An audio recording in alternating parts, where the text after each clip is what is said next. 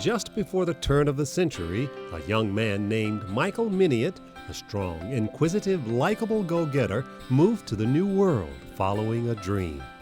This teenage Lithuanian pioneer, who spoke no English and had no blood relatives to rely on, was fearless enough to believe he could make it against nearly impossible odds. In order to survive, he had to rely on his ingenuity, creativity, and flexibility. Valuable traits that must have been in his DNA, because those same genetic characteristics continue to reappear in succeeding generations, allowing the Miniat family and the company they founded to sidestep obstacles in order to thrive and prosper.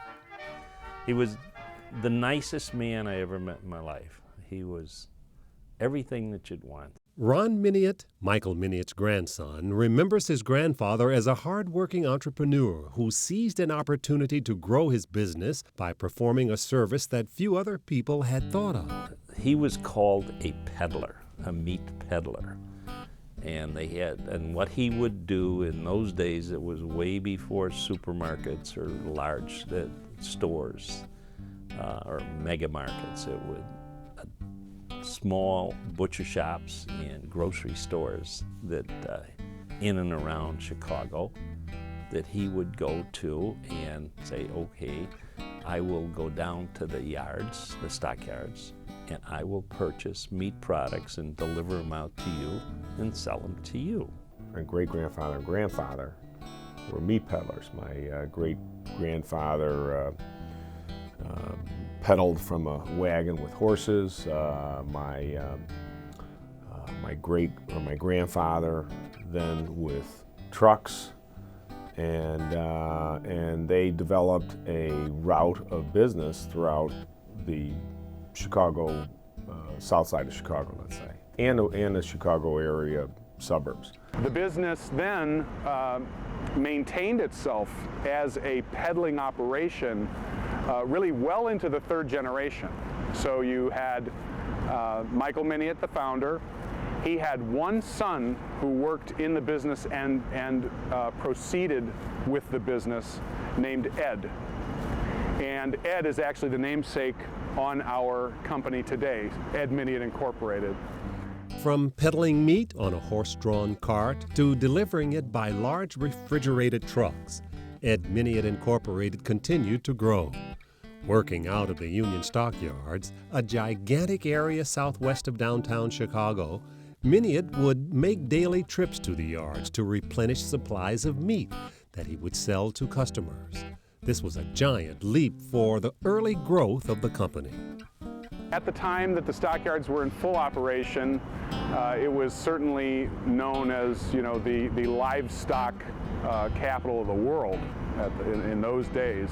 And the stockyards officially closed in 1974, which, when you think about it, really wasn't that long ago. But during that 3/4 of a century, the Ed Miniat Company bounced back and forth between lean, struggling years when the doors almost closed, to prosperous, abundant years when profits were plentiful. And all the while, each Miniat generation, and the owner at that time, was able to guide the company carefully through the maze of potential difficulties because the creative genes kicked in, and they remained flexible, resourceful, and adjusted quickly to change. I always think of it, or I've thought of it as reinventing, and we would reinvent the company. The Ed Miniat Company has been invented and reinvented several times over the last century. As an enduring family business, moving into the 5th generation, the owners are proud of the company's resiliency, especially considering their humble beginnings. In 1896, not too long after arriving in Chicago from Lithuania, Michael Miniat began peddling meat on a horse-drawn wagon on the southwest side. 1917, Michael's son Ed Miniat Sr. began working in the family business, and in 3 years, in the 1920s, horse and wagons were replaced with motorized trucks, and the company name, M. Miniat, was emblazoned proudly on the door. 1958, Ed Miniat Sr., Ed Miniat Jr. and Ron Miniat formed Ed Miniat Incorporated. They talked that they wanted to get away from what they called the meat peddling business. They were operating off a dock at about 38th and Emerald Avenue in Chicago. They said they'd like to do something, and what would I suggest, and so forth. And they said, well, if you're seriously going into the business, you should incorporate. So they agreed, and a corporation was formed in June of 1958. In 1966, Miniat transitioned from peddling meat to fabricating boxed beef.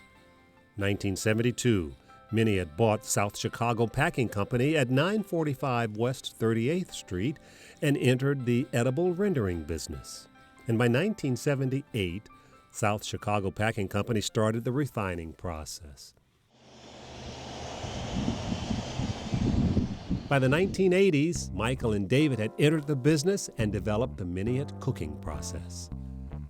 1996, Miniat builds a state-of-the-art cooked meat facility in South Holland, Illinois. And by 2007, David Miniat was named chairman for the American Meat Institute 2007 through 2008.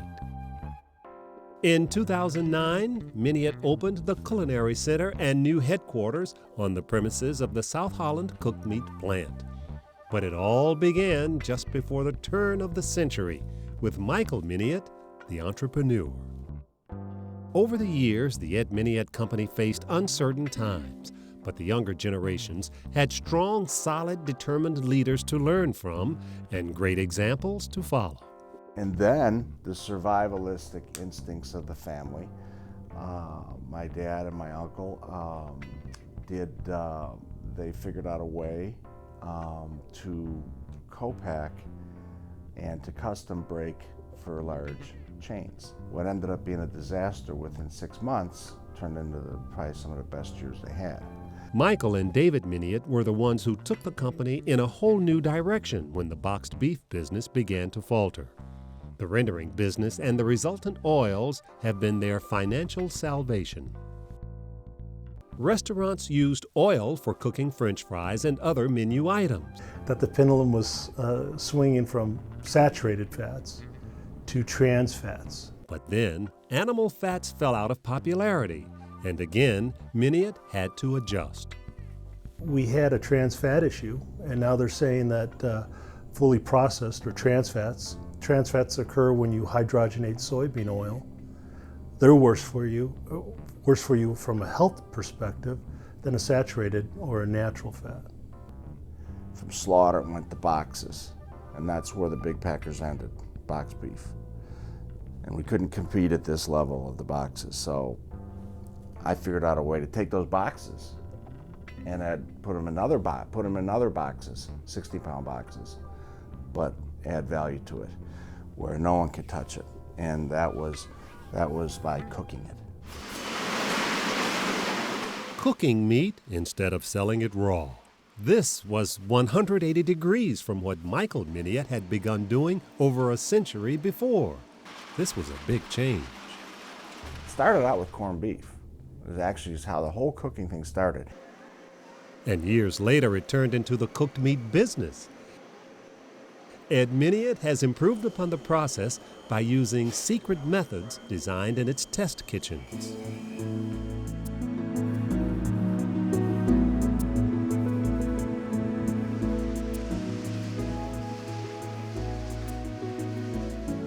Ed Miniat Incorporated operates a value-added cooked meat facility in South Holland, Illinois.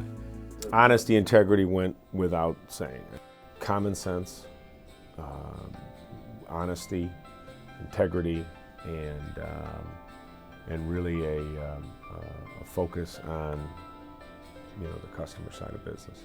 Those ethical values help make the company a real family business for employees, and also now 5 generations of Miniats. I look around a room and I see faces of folks that have all either are almost there or have hit 50, and I've been working with them for about 20-something years. I look around and it's unbelievable. So we've all kind of grown up together, and it's been fantastic. I could never have asked for a better group of people to spend my life with. So thank you.